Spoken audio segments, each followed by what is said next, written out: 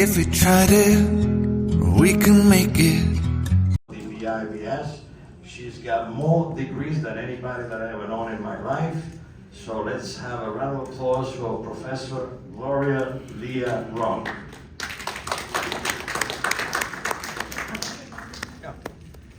Thank you very much. And before I can speak anything, I would invite Dr. Lily. Dr. Lily, who's here? Dr. Lily? I think she went inside there. Oh, okay. And Chairman George to come to the stage. Why we do so? Because without their support, we will not have this venue to do this monthly Water Speaker Theory forum together. A few months ago, when Chairman George come to Trump Tower, we hold the Water Speaker Theory there. That was winter time in February.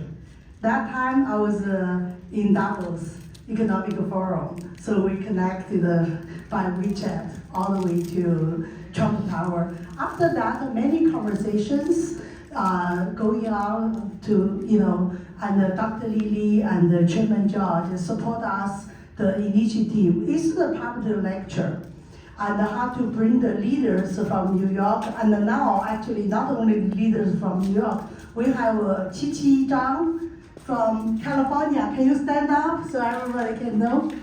Hi, there you are.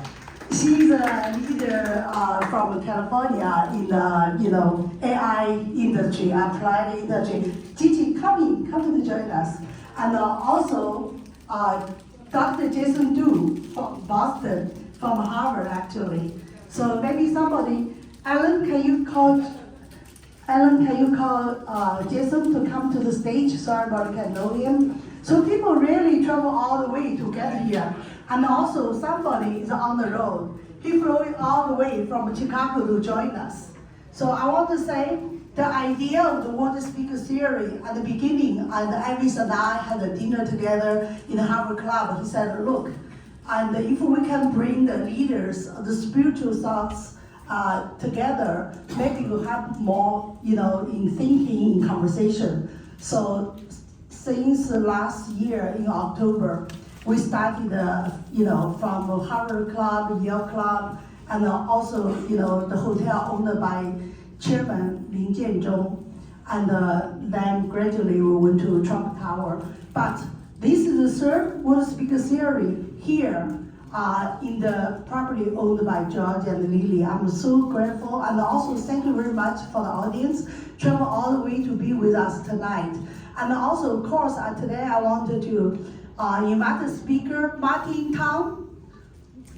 Can you come? And Martin, also come to the stage. I just want to highlight the key speakers.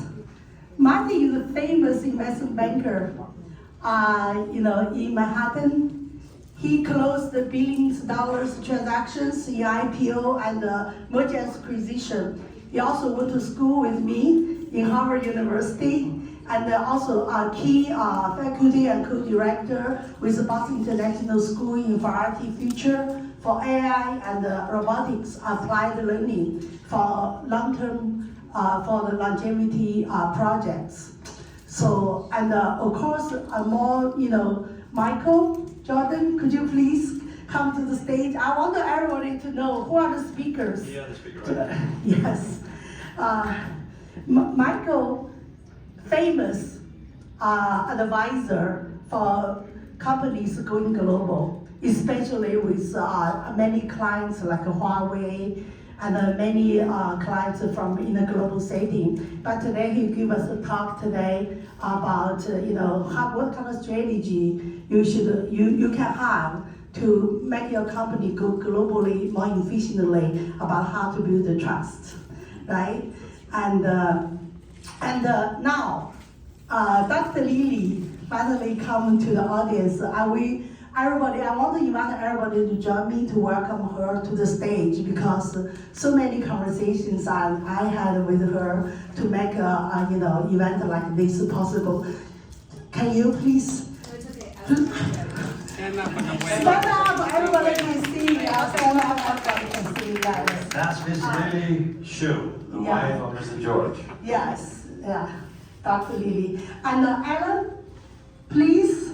And today we have a few, MCs. Alan, the famous lawyer and advisor for the, you can do introduction, but I would say he's an advisor to Mayor Bloomberg in the Mayor Bloomberg's administration to the, New York City administration. And also Igoji, the dear sister and advisor to the president of Nigeria, president and also ambassador to the United States from Nigeria. He will be the MC. Actually, we plan more events on the next Sunday in Harvard. We bring the speakers from California, from Texas, and also from New York to Boston, including some officials and to Harvard University. The focus is about how we can be more effective in the time of AI robotics. Of course, today, a very important new speaker.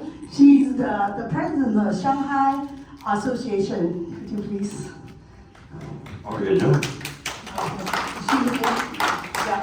And also, a very important writer who will give a talk about his book. So, Alan, can you introduce briefly?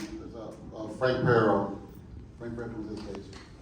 Frank. Yeah. So everybody can know who are really the speakers tonight. Frank? Before we speak, we'll give a full introduction of each person as we bring up each speaker. But Yes. Frank to the stage. Frank, would you like to stand there? Yes. And anybody I miss for the speakers? Yeah. Okay. So I think, thank you very much again for coming, and also possibly we didn't have a lot of time to do question and answer sessions, but when we finish, so we will welcome everybody today to have more conversations with the speakers. Okay, without further ado, we're going to first.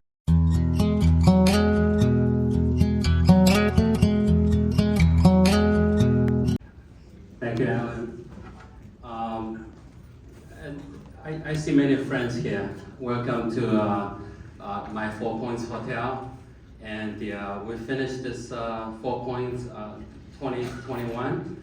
And like Alan said, that we also developed Holiday Express in Woodside, right on Queens Boulevard, for those of you who are familiar in Queens. And Alan forgot to mention that last year we just finished the first 5-star hotel in Queens, which is the Western Hotel on Northern Boulevard, 246 rooms, and it was a heavy-duty hotel, and then we are very busy with that. I know we have a lot of distinguished speakers tonight, and then so I'm going to keep my presentation concise and then short and sweet, and then so we can move along. First, I want to welcome all of you to be here and spend the time with us. And my name is George Su. So I've been a real estate developer since 1998. So over 20-some years, 27 years already. So and then we started with small developments like residentials, 3 families, and then moving on to bigger projects like 4 Points, and then Farrington, and then we are very busy. Long Island City, Flushing, Woodside, Jamaica, and Astoria. So we are across mostly in Queens area. So for those of you who don't know me, so next slide, Jason. So today, actually, I think many of you probably saw some of my, PowerPoints before talk about our developments. So today, actually, we just want to focus a little bit on the EB5 side, and then because the other ones, and then it's you guys probably have seen them before. So we talk about the status of EB5, the regional center timings, and then statutory deadlines for 2027. So we just want to have a chat, So I think we cover the EB5 topic, and other people cover different topics. I know a lot of speakers. Next slide, please. If you look at I think the dates are important. September 30th, 2027. Actually, we are encouraging people, whoever wants to file it. The September 30th, 2026 is the right timing.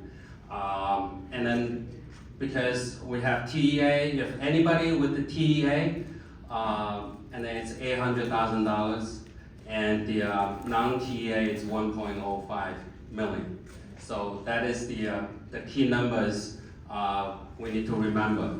And the reserve category is still current, and so that is why people need to take advantage of that. So next slide. If you look at the dates, and the grandfathering window ends at September 30th, 2026. So the minimum increase, it will be next year, January. So September 30th, 2027 is the sunset date, and then unless Congress making another extension. Next. Go-karts, and then a lot of the people know President Trump actually signed a executive order wants to offer go-karts for whoever wants to have a U.S. green card. I believe that go-kart it's effective already, but people are applying. Looks like there are some applications being Lily, how much was the for go-kart? 5 million. 5 million, right? 5 million.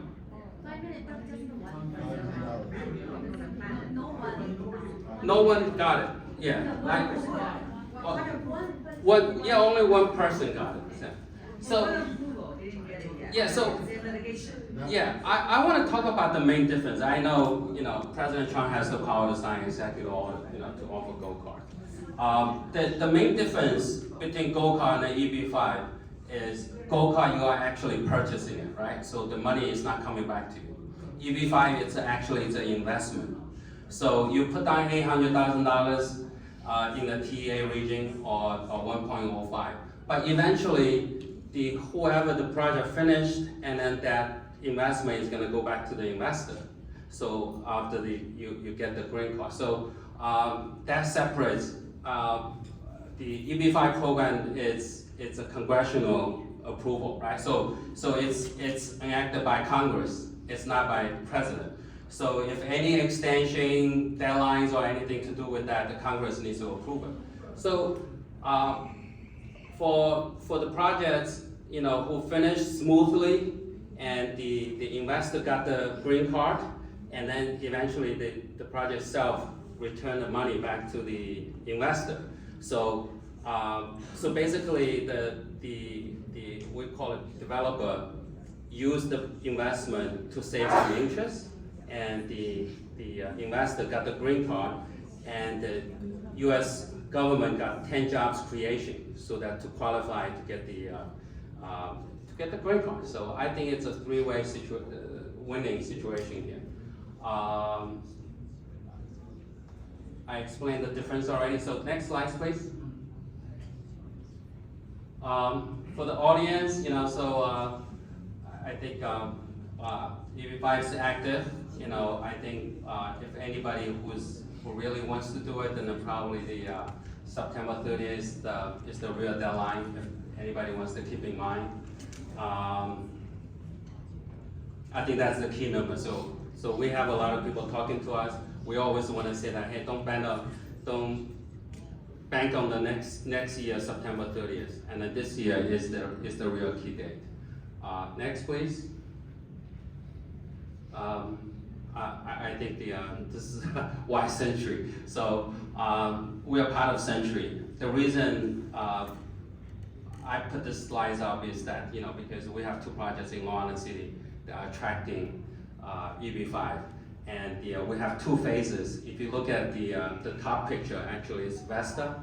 We've sold about 70% of all the units developed, and then there are people living inside the building already. The second phase to be finishing by end of this year.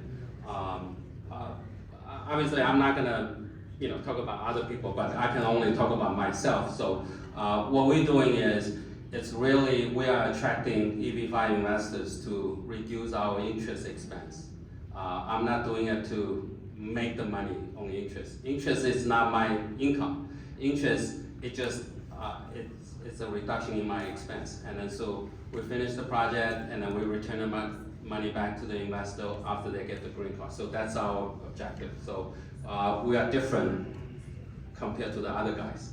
The other regional center, they do it they're making a business out of it, just earning interest out there, part of their income. So that's the main difference. But if anybody would want to talk to me more about the EB5 opportunities and then or is there any need, and then you can talk to me afterwards. Next slide, Jason. This is just the details. The first project we have 115 units, condo units, and the second phase we have 67 units. We have also commercial right down there. So if you look at the picture down there, it looks like a real picture. Actually, it's a rendering. So if you go there right now, if you take a picture, it looks almost identical. You can't even tell the difference. So I go there, do weekly meetings, and then my sales team and took a picture. I said that looks like just in a rendering. So that means my team actually did a good job of building this building according to the design. So actually it turned out all right. So, but anyway, next. Oh, that's it.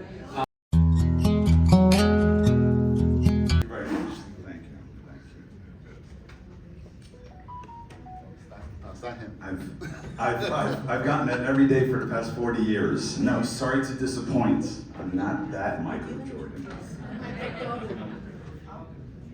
你们好，认识你很高兴。I'm very happy to be here tonight to speak with you about one of my very favorite subjects. Why every company going global needs what I call strategic storytelling. And, do I need to guide for the slide change, please? New slide, please. Oh, I have an agenda. I want to open with a story, okay? And then explain why global and strategic communications matters to you, why you need strategic storytelling, how I learned about the need for this. I want to talk to you also about who is China's international audience when you are communicating via your website, your social media channels, in presentations, that sort of thing. Who is China's international audience, China's Global Communications Challenge, and then apply it directly to you and your communications challenge. Next slide, please. I want to open with a story because I'm talking about strategic storytelling tonight, and so I want to share a story. A couple of weeks ago, here in New York, I went to two separate events, one for Shanxi province, brought a delegation over, maybe some of you are there, various companies pitching their companies, their brands, their products. Then two days later, Shandong province sent over a delegation, okay? This is from the Shandong event, right? And with both of these events, 25 companies presenting, again, their brands, their products from China. And I noticed a pattern, okay? While these presentations, I took this photo. I was standing there just observing both events. And while they were informative, there was a lot of information, okay? If you could show the next slide, please. During these presentations, I don't know if you saw, maybe go back just 1 second, please. If you look at the slide, so each presenter had a full slide packed with information, okay? About the company milestones, significant dates, certifications, okay, and some of the details. But no faces, no photos of Shandong province. So next slide, please. So then the speakers were trying to attract, why were they there? Yeah. Next slide, please. The companies were there with a purpose, okay? A strategic objective. It could have been to attract investors, distributors, customers, clients, whatever it may be, okay? And then how do you do that? When you're sitting in the audience, if I were pitching you my company from China, what would make you trust me as a Chinese who says they have a company back in Shandong province? So they were talking about how beautiful and wonderful Shandong was in Shanxi, but no photos, no evidence. They talked about how impressive their company was, okay, delivering results. No photos, no evidence, okay? They talked about their team, innovation, cutting edge, delivering for their clients. No photos, no evidence, just one slide of dry content, okay? And then I realized this is the main challenge. How, when you're pitching your company, pitching your product, how do you earn trust? Especially if I'm trying to convince you to reach into your pocket and invest, okay? Join me, become my partner. What would it take to push the right button in your heart, in your mind? A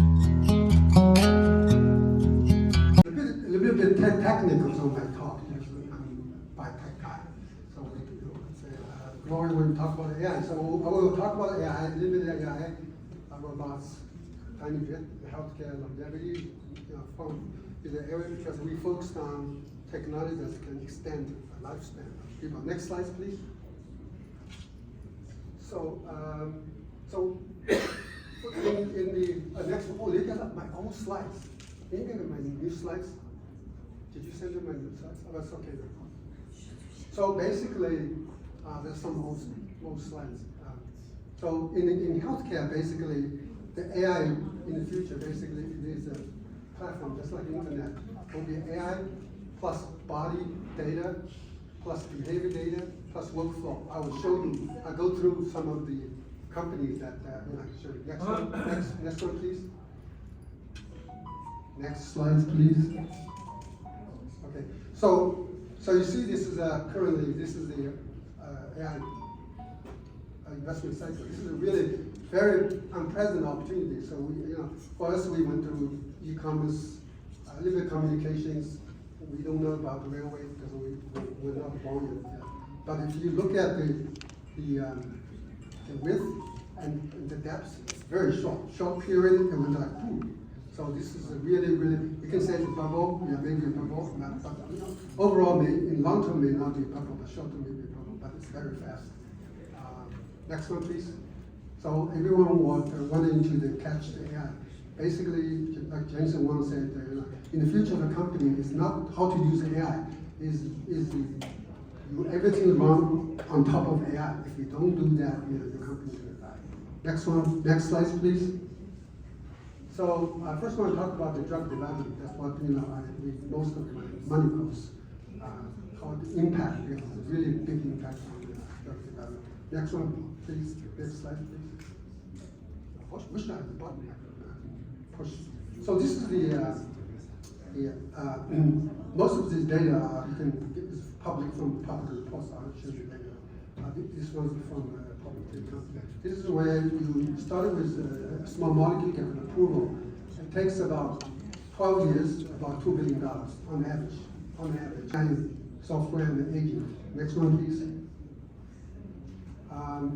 So actually, it's already happened. So what we are an expert, I think it's from McKinsey. They're predicting that the cost of drug development from currently 2.4 billion per drug can low to 2.7 billion. At the time, it's gone down from 13 years to 80 years. Learning, generative AI, ChatGPT, this thing, and then AI agents. Right now, people are working on generative AI. So you just need to know some of these ones. Next one, please. But these are all the stuff you need to know. It's too complicated. Next slide, please. And so you're using agentic AI actually agents, AI agents. You can put in some development, and this is a list of companies. The drug company they discovered with the AI, and some of them that it's in the late stage. One of them made a deal with Eli Lilly end of last year. Next one, please. I don't know if we can show the my old slide, but anyway, next one please. Because this is my old slide. So basically, you using AI agent. This is the Gloria, you can, and this will be happening in the future. Some of the companies like monoclonal antibody, they even try to do this in the lab, using the human robots, the new human robots. Next one, please. But actually, the big pharma is buying it. So recently, there's a couple of years, I just mentioned the Lilly, did a deal with in Silica, this is a really AI design drug. It's a company called Expire. This is a new company that went public in Hong Kong. Right now, it comes to about 25% of trading volume in Hong Kong Stock Exchange. So people are very excited about this. Is a Seattle company. The technology was actually started from MIT. A lot of competitors, these are all different shapes. And you can see also, I think, Tesla has one too. It looks like this. And then one of them in the leading in my area is intuitive surgery. The whole training, we want to talk about basically the education. I taught 4 years graduate school in Columbus, so I have a little bit interested in education. I created a biotech MBA program for them. That's why so many people are trading in Hong Kong. I don't know why it should become 25% of the volume of Hong Kong, but it's kind of amazing. Next one, please.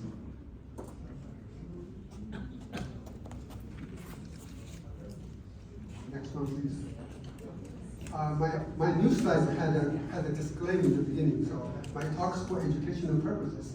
So if you want to buy stock, you talk to your financial advisor. So right now, there's no way to escape. I mean, Elon Musk is trying, but it'll take a long time before we can see it in our generation. Because recently, you see the people are collecting data from the Indian people who working in the factory. Job promoted the Chinese culture, language, and the connection between China. Ladies and gentlemen, I want to introduce to you Dr. Jun Shen, president of the Shanghai Association. Come on, Jun. He's a good friend of mine.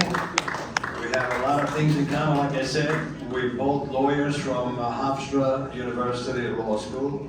And in fact, we have an alumni association reunion coming up in June 11th, I believe, right?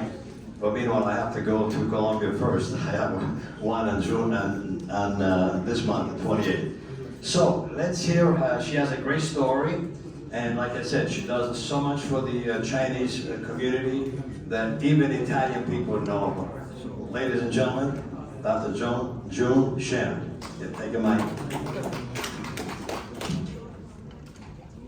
Hi everyone, good evening.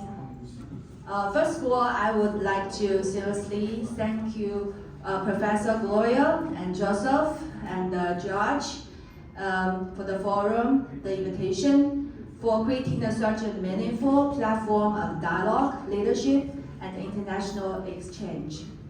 It is truly an honor to be here tonight. So my name is Jun Shen, the president of Shanghai Association in USA.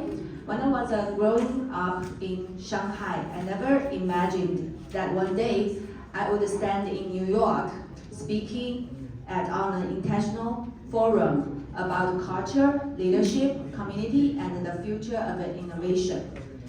My journey started in Shanghai and later brought me to New York in 2006 when I started law at Hofstra University.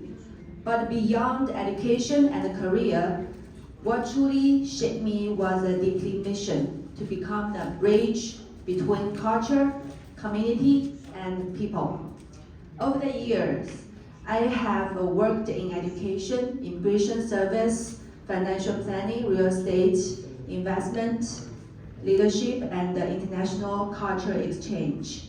I've had the privilege to participate in United Nations culture initiatives, organize community events, connect the governments of Chinese Americans, and promote dialogue between East and West.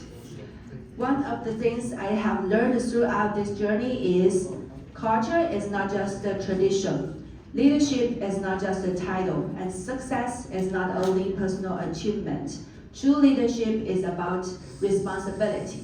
I think you can see some familiar, like a star, like a USA Come. I want to share this story with you. I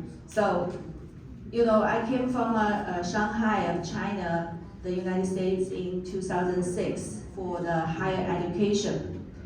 When I grew up in Shanghai, I was always inspired by women who would bridge cultures and connect to the world together. One of my biggest role model was Yu Sei-kang. So Chinese is Jin Yuxi. So I still remember when I was young, staying in my relative's house near West Nanjing Road in Shanghai. One day while walking nearby, my grandma pointed to another beautiful house and told me that Yu Sei-kang's home in Shanghai. At that moment, to me, she represented elegance, international vision, culture, and possibility. Years later, after coming to New York and dedicating myself to community leadership and cross-cultural exchange, I had the honor not only to meet Yu Sei-kang personally, but also to invite her as an award presenter at the 10th anniversary gala of Shanghai Association in USA. That evening, she presented me with the United States President's Lifetime Achievement Award for my volunteer service I did for the community for many years. It was a surreal and emotional moment for me, a reminder that dreams, when combined with hard work and purpose, can truly come full circle.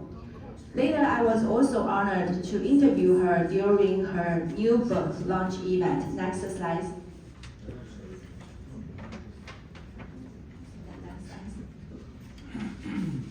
From Shanghai to New York, this journal has taught me that culture, leadership, and human connection have the power to transcend borders and generations.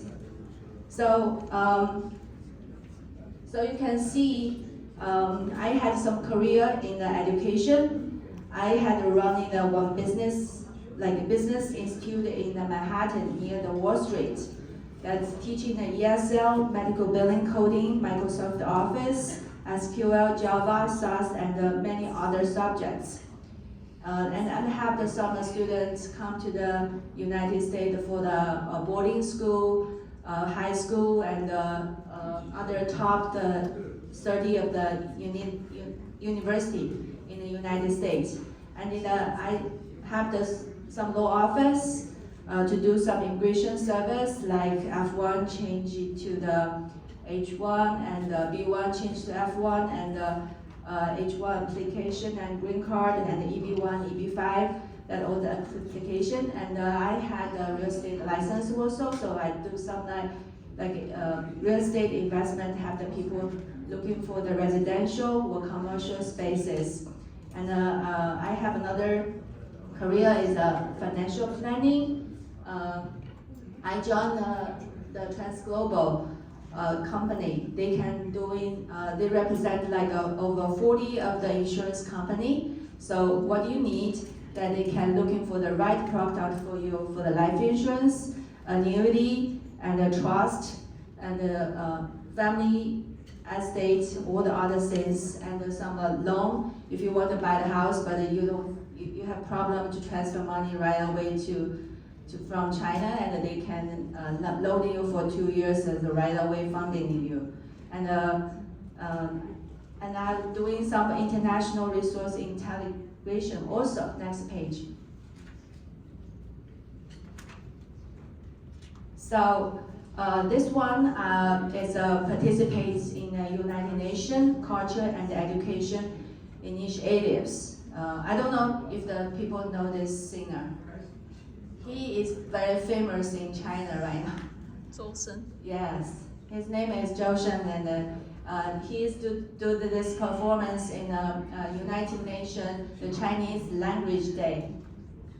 And he is very popular. And I think last year he did a very huge concert in the Brooklyn. That's center. That many people came to watch him. So he singing a Chinese song and presents the new UN song in that day. So it's promoting the China-US culture, the diplomacy. I think culture is one of the most powerful language in the world. And you know, even you don't know the language from other country, but the music always connect everybody together. Next slide.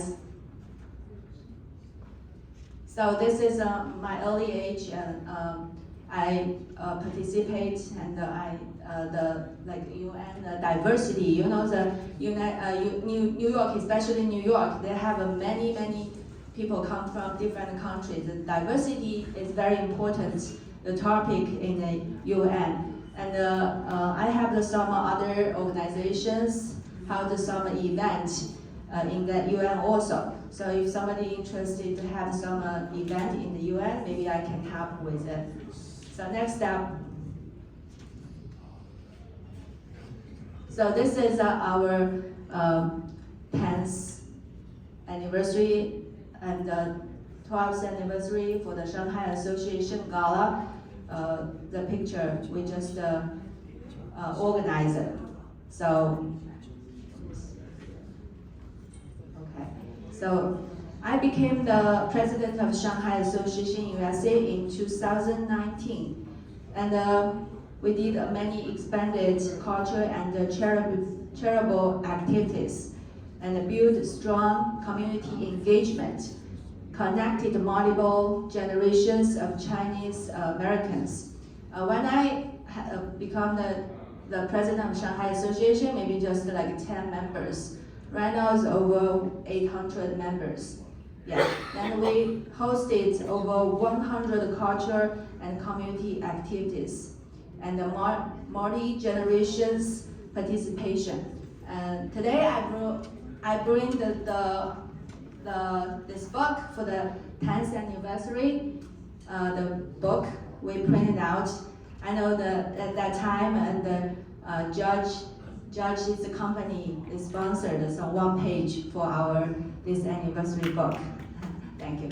And this one is our 12th anniversary book, but this one we did for the e-book. So we just printed one copy of that.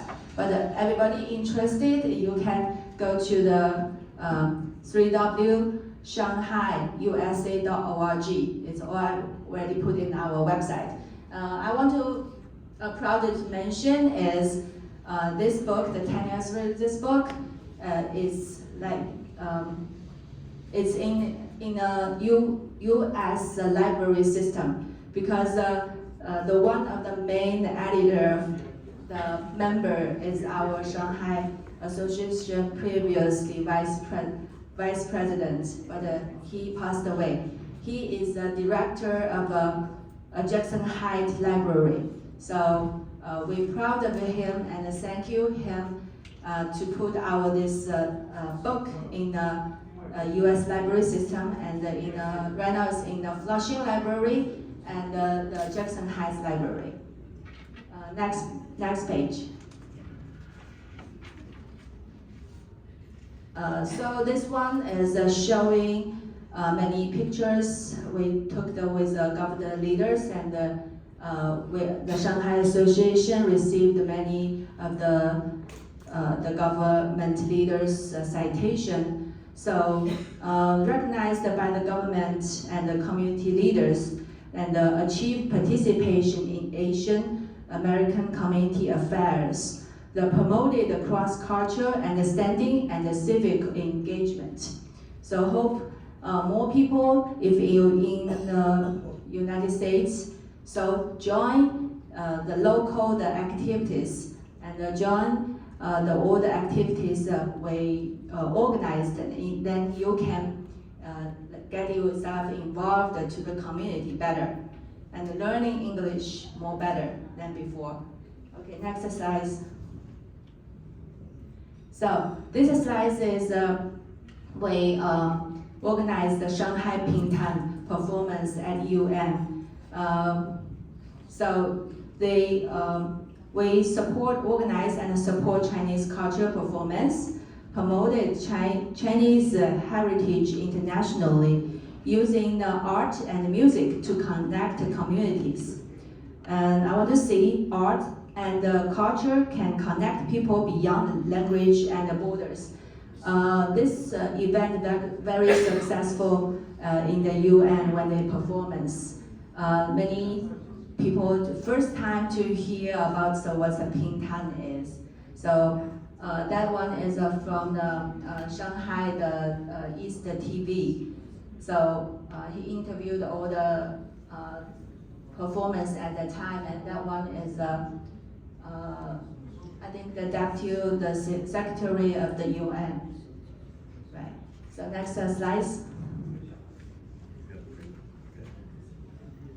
So I want to say I joined the leadership means empower the others. I participate in some events like this one. It's for the Nixon, celebrate Nixon the visit China for 50 years old. This man, he just passed away. His name is Charles Wan. He's a very good leader, the community leader in Chinese community, and he helped a lot of people find a way to be successful, and some like other big the non-profit organization had influence by him, and we really appreciate. And this one I think is the son-in-law for the Nixon, right? And this one, because I joined the Women's Forum for the leadership, so I think in 2022, my whole family be invited to the Vice President's house to celebrate the juvenile that event, and we're really happy to have that kind of an event in the Vice President's house in Washington D.C. And in that one, I would just see before we hosting the many online seminars for different subjects like legal, cultural, health, and all the other things. Like over 60 seminars online to have the people more understanding what's the legal issues right now, what's the health things, and what's the culture, and we bring the people to go to the museum or the other stuff, other place, and like Broadway. Some people come to the United States many years that they never been to the Broadway to watch the Broadway show. So I just want to say the leadership is not only about personal success, but helping others grow together. Okay, next slide. So I want to mention here is, so I hope that everybody, for the leadership, the first thing I think is like a responsibility. So you had organized the activities and helped the communities and doing some volunteer for legal stuff and doing the things to have the people to better engage them in United States life. And the second is execution. So you can be organized and can cooperation all the other organizations and together to accomplish one task.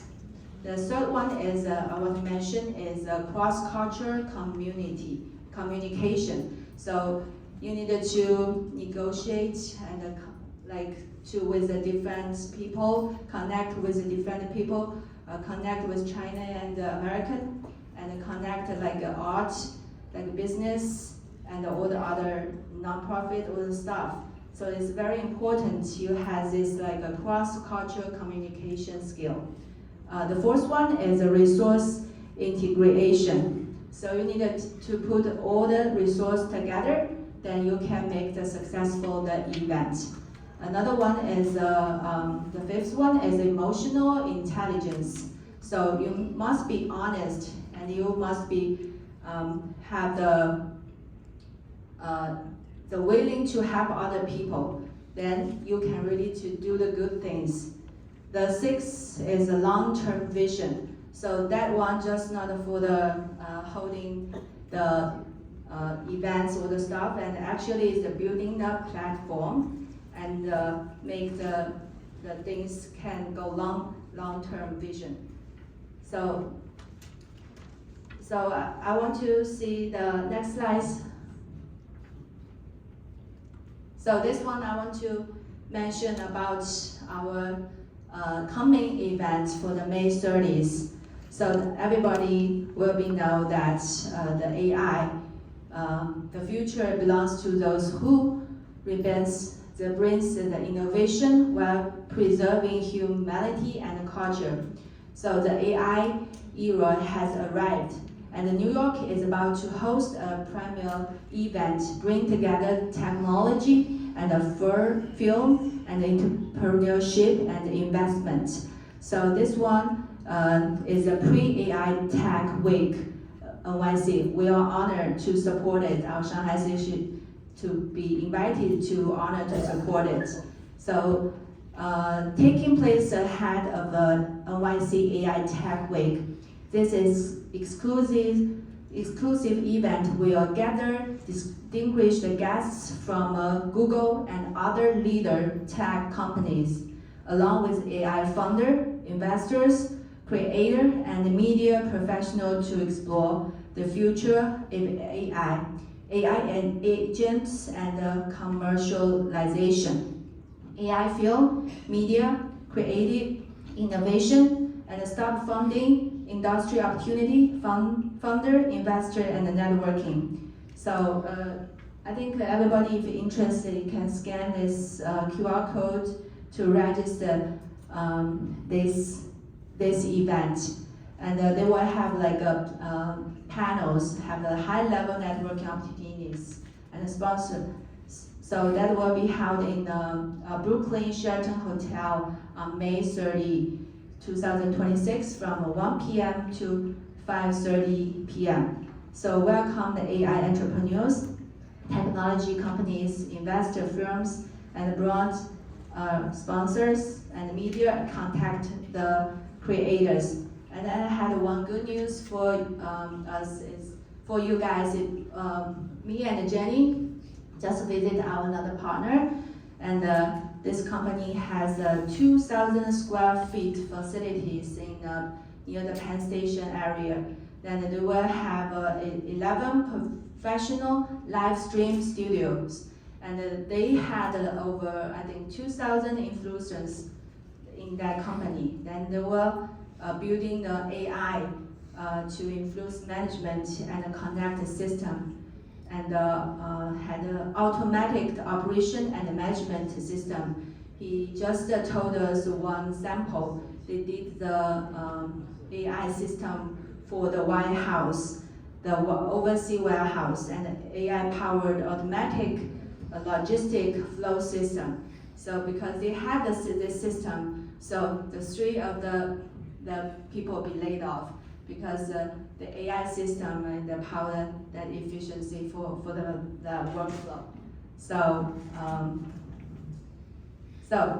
as I reflect on this journey, I realized that every step from Shanghai to New York, from community events to international forums, has taught me one important lesson. The world becomes stronger when culture understand each other, when communities support each other, when the innovation is guided by humanity. So we are now entering an era shaped by artificial intelligence, globalization, and rapid transformation. But no matter how advanced technology becomes, I believe the most important thing will always remain human connection, culture understanding, responsibility, and compassion. So through my journey, I have always believed that leadership is not about standing above others. Leadership is about lifting others up. It is about creating opportunities, building bridge, and empower future generations. I hope to continue connect Shanghai and New York, East and West, traditional and innovation, culture and technology, because the future does not belong only to those with power or sources. The future belongs to those who can connect people, cultures, and ideas together. Thank you very much. Boston International Business School Distinguished Leadership Award for Global Peace, Development, and Economic Integration is awarded proudly to Dr. Jun Shen from the BIBS. Okay, thank you very much. Show your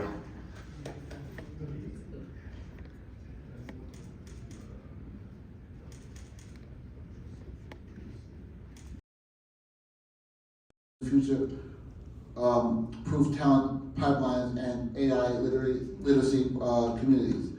Without further ado, Jason Dow.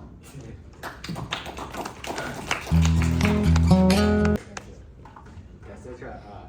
Hi everyone. Yes, thank you, Alan, for the warm introduction. Yes. So, as I said, I'm Dr. Jason Dow. I'm the founder CEO of Marbella AI. Our mission is to empower the next generation with AI literacy, identify and cultivate future AI leaders. Yeah, let's go to the next slide. Next slide. Mary, next slide. Yeah. So every lecture about it start from everyone. A lot of people worry about AI replace human, right? Our philosophy is that AI won't replace human, but people with AI will replace people without AI. The company using AI will replace company not using AI. That's emphasizing the importance of AI education. Yeah, next. Next. Yeah, Jensen Huang are the most valuable company in the world right now. I think if not actively engaging AI actively and aggressively, you may do something wrong. Yeah, that's next. As I mentioned, so myself, I've been working in the AI area for like more than 10 years.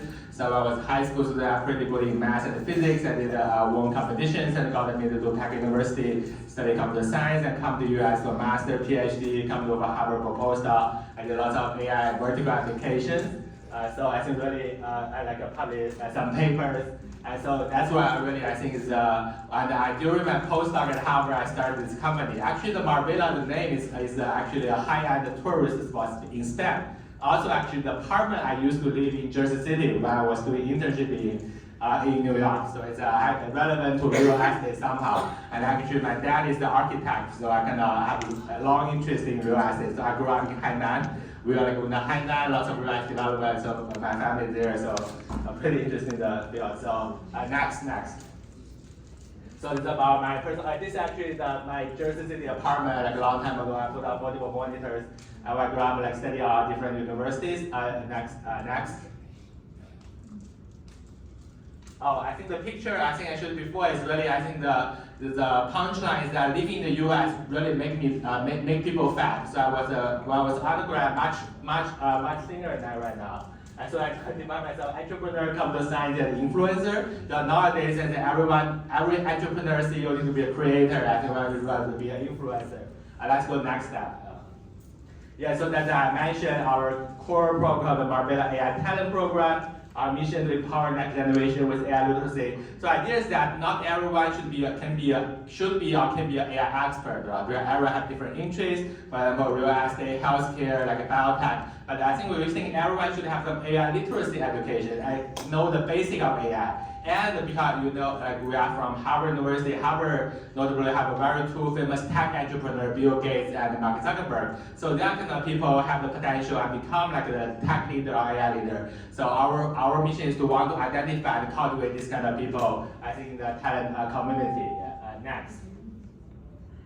So yeah, we are getting people to learn AI, so we want to need to some credibility, right? So that when I was a college student a long time ago, this is really the first paper I wrote when I was a technical undergrad sophomore, because I'm kind of good in math and physics, but I'm also really interested in social science, econ. So I found this recently how we know the founder I see of Neural Uncle, also technical alumni. He studied, he was talking to us in Boston. One of the used to be the richest person in the world in China, the founder of Xinxiwang. When we met in Harvard China Forum, I said, hey, I'm doing AI education. Then he said, I will introduce you to someone. I thought he will introduce me to some of his employees. Then he said, I will introduce you to my son, or my son said, NYU want to learn AI. So I think the prize winner. So really, I think we have not only Boston have these leading universities like Harvard, MIT, also have leading high schools like Phillips Academy, Phillips Andover, Groton, like Milton, etc. So really, I think Boston is not the economic center of the world, but really the education center of the world. Right? So I think that's also come to the mission why Gloria started this Boston International Business School, from where Boston is really the world center for education, both higher education and K-12 education. So their jobs. We're running like a different workshop to people in different industries. Many of them are small business owners to apply AI agent to their specific fields. Let's go next. So actually, we used to run like a workshop in like a Bayside, like a next train station. So we have like a real estate developer, real estate agent, like an insurance agency, like a dental clinic owner, like a biotech executive, like some car dealer come to learn AI with us. They really, I think some of even our professor, like Professor Huang is an alumni association president. I helped him install like the first AI agent on his local computer, and they immediately feel that the AI really empowers them their daily work. Yeah, the idea is that for the so-called AI native companies, applying AI to all different aspects of company, running from the sales, operation, marketing. So really, I think just met a guy. I think Frank there said they are using AI to generate videos, right? So that we do. But also really, so go next. Some event and the workshop we organize. We do go next. So this, as I mentioned, my dad is doing real estate, so it has a lot of Gloria very interested in real estate. So I personally very interested in real estate. I was looking for real estate, doing like a condo tour yesterday. So really, I think there's lots of opportunity for AI to apply to real estate. But real estate is a very big industry. The pipeline is very long. So we have some of our friends apply AI to property management, like installing sensor in their property, the property they manage. And some of our landlord friends, they are using the AI to help them manage their tenant, manage their contract, and manage their different document and procedures. So we have a lecture, I think this is a free lecture on Tuesday, working with the Landlord Association in Boston. It's online version to think about how to use AI to help real estate people. So next one. We also, because as a small business owner, so I'm training computer science, but after I become a founder CEO, really every day I'm thinking about, I think 80% is how to do sales and marketing, right? So I think as a small business owner, really the cash flow is the key. It's really how to do marketing and sales to kind of become more important than technology itself. And what I also realize is if no matter how fancy technology I have, if I cannot sell it, it means nothing. So really, I think it's how to. So every day I'm thinking about AI, like sales and marketing, and as an AI expert, I was really thinking about how to use AI to empower sales and marketing, how to use AI to do sales and marketing much more efficiently and effectively. So that's why we started this AI marketing. It's the learning. Our company operates at making students do different projects. So it's like AI combining AI's application in different vertical in the industry. But that's I think Chris mentioned also AI for senior care industry. That's also we are interested in. Because like we know China, US, and lots of the senior people to take care of. So we have this is one of the example project we have lots of students who joined last year. So go next. So we have both collaborating with leading Harvard Medical School professor, also industry veteran, and like a machine learning expert to really take a holistic approach to tackling the AI for senior care problems. Okay, next. So I'll go next to some details. I think our philosophy is really to drive students' interest because especially students in the US, they are very on their thinking, so they're not like being to force people, being forced to do things. Also, we don't like to force students to do anything. So we really want to try to incentive students or to find students intrinsic motivation. For example, we usually have a student got into next. Yeah, we're also doing, as I mentioned, AI summer camp, so we're running both AI summer camp and robotics summer camp. Go next. There's some AI summer camp, which we're doing a 5-week summer camp from September 6th to August 7th. Go next. Go next. This really, I think, showing that really professor really teaching our students hands-on in like a very specific details. Go next. Also, I think another one interesting is a lot of, because for myself, I'm like a science, like a math kind of geek student, but many students are not my type, right? Lots of students into business and entrepreneurship, so we also have mentor guiding students to do business competition, for example, do the world competition, like Daco challenge, etc. So, really, I think one of the advantage of US education is a strong focus on entrepreneurship in the younger age. That goes next. Also, really, this some of like a strategy paper our student wrote working with leading faculty like Gary King, Kuzmano. This is go next. For the engineering time, I also have students filing US patent regarding technical advancement they did. I'll go next.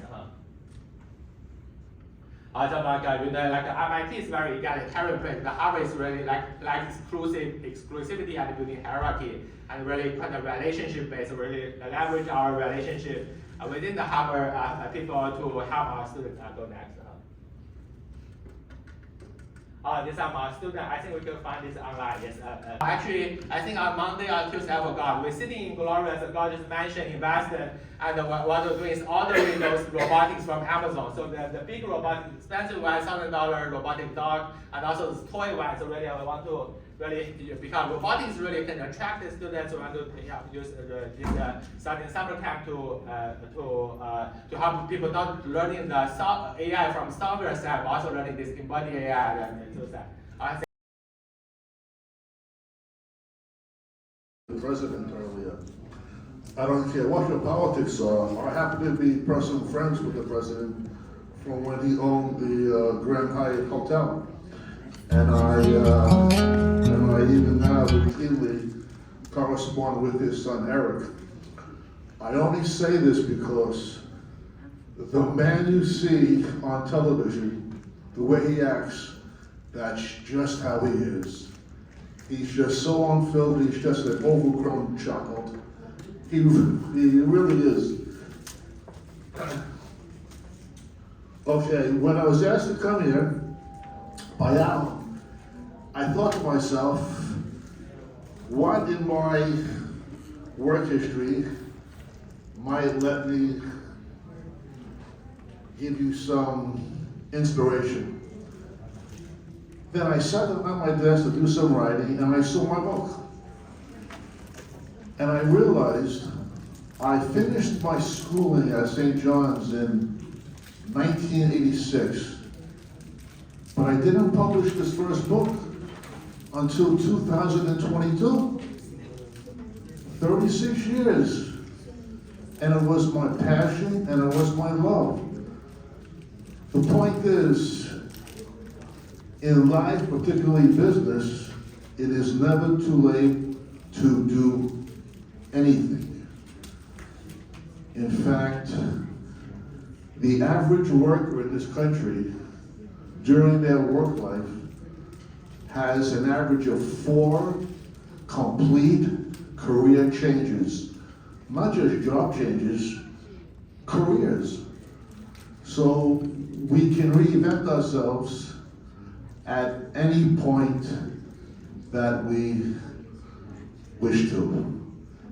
And the years that I spent with the Hyatt Corporation, working in politics with Alan, running for city council myself in 2013, all the while I was using my writing abilities writing press releases, letters, stuff like that. But my dream and my passion was writing poetry and getting a book published. Well, lo and behold, because I met the correct people, got into a certain circle, I began writing more. Very directed perseverance. Then I had a little problem. I had open heart surgery in 2022, November. Very complicated, I almost died. As I was recuperating, 2 weeks after my surgery, the book was published. And I said, there had to be a reason why God let me live. Then, while I was recuperating, a month later, the book shot up so high on Amazon that I was in shock. Amazon has 3 million books, 4 million books. In the first week, my book reached 2,000, which is, a huge success. And I realized in writing my book, things that I included in it, I could even impart some business lessons. The first lesson is perseverance. It's very difficult to persevere. A lot of my poems are about that. You have to do the little things. You have to dot every I and cross every T. A story that I had known my whole life contributed to my thinking. This is a very good story. Old man Adams was an accountant for 50 years in this small town. Every morning he would come into the office, sit down at his desk, open up the bottom drawer of his desk. He would look down, smile, and he would begin to work for 50 years. His secretary did not want to disturb him, so she said nothing. When Old Man Adams died at the funeral, they were discussing his habit of opening up that drawer every morning before he worked. And she decided she was going to go back to the office, she had the key, and see what was in that desk that he looked at every morning and that made him such a great accountant. She goes into his office, looks in that drawer, and she smiles. Do you know what it said in that drawer? It said, debit to the left, credit to the right. In his entire career, he began with the basics, and everything else branched out from there. So, that being said, the book got incredible reviews and was critically acclaimed. I had a very well-known Broadway playwright write a blurb for the book. I was home 2 weeks from the hospital, recuperating from my heart surgery. I get a call from a radio interviewer who happened to have been a political reporter. So she knew of me and she knew of Alan. And my second book will be out shortly. But the key is the 36 years between fulfilling the dream, it was not wasted because everything is cumulative, all your experiences. And but there are a few things that are key. It's the people you surround yourselves with. I was not surrounding myself with the right people in order to foster my dream. A lot of people in business, you probably realize that a lot of people in business and elsewhere are not your friends. A lot of people are jealous of you. And before you seek out somebody's assistance or, advice, make sure they are of the correct type of person. In the business of writing and books, so competitive. Everybody is jealous of each other. Nobody wants to say a good word about anybody for fear that they might jump up one spot above them. It's the ones I found who are talented, who have confidence in themselves, don't consider you a threat. They're the ones that I sought out. They're the ones who helped me, and they're the ones who helped push me along. Everyone is very well educated by AI. So how many of you used the Open Cloud Agent Operation System before? No. Thank you. And so Story Cloud is something new. It's not a large language model. It's a new I call it new generation of AI agent operation system. So you can build like some next generation of AI, as now we do. Everybody has a laptop, maybe a personal computer in your home or at your office, and you have Linux or Mac or Windows as your operation system. So Story Cloud is we have a device. If you're interested, I will show you later. We have the hardware and the software. Why we have the hardware and software? So this brings Story Cloud. I don't know how many of you ever experienced like that when you use LLM. Have you ever concerned that all your privacy is posted to like GPT or Cloud or Gemini? Have you ever think about that when you upload your photo or your information or your discussion? So maybe you can do a check in with your LLM models today and just test them. Would you please tell me who I am? Then you will surprised how they marry you. But it's fine, it's personal use. But for commercial use, it will be a big problem. Because there's a privacy